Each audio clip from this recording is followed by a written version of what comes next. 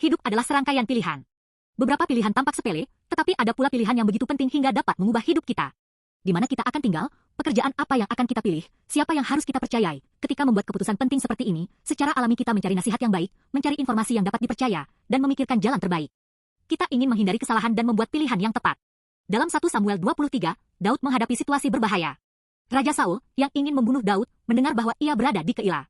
Ia berpikir bahwa di tempat yang memiliki tembok dan gerbang itu, Daud akan terjebak dan dapat ditangkap.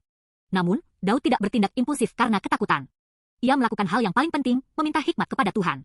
Daud berdoa dan bertanya kepada Tuhan, dan Tuhan menyatakan bahwa Saul akan datang serta orang-orang Keila akan menyerahkannya.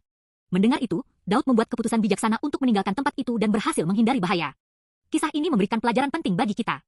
Ketika menghadapi kesulitan, kita perlu berhenti sejenak dan bertanya pada diri sendiri, apa inti dari situasi ini? Apa saja pilihan yang ada di hadapanku? Mana pilihan yang benar? Terkadang emosi mengaburkan penilaian kita.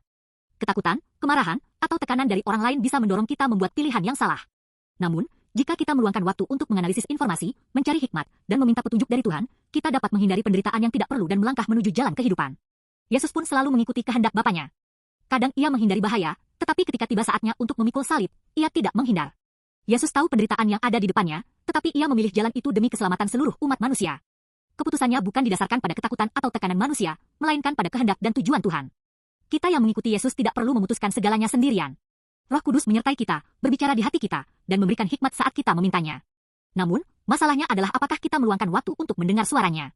Dalam setiap pilihan, besar atau kecil, kita harus berhenti sejenak, mencari kebenaran, dan mendengarkan petunjuk Tuhan. Dengan demikian, kita dapat membuat pilihan sesuai kehendak Tuhan dengan keyakinan dan menjalani hidup berdasarkan itu.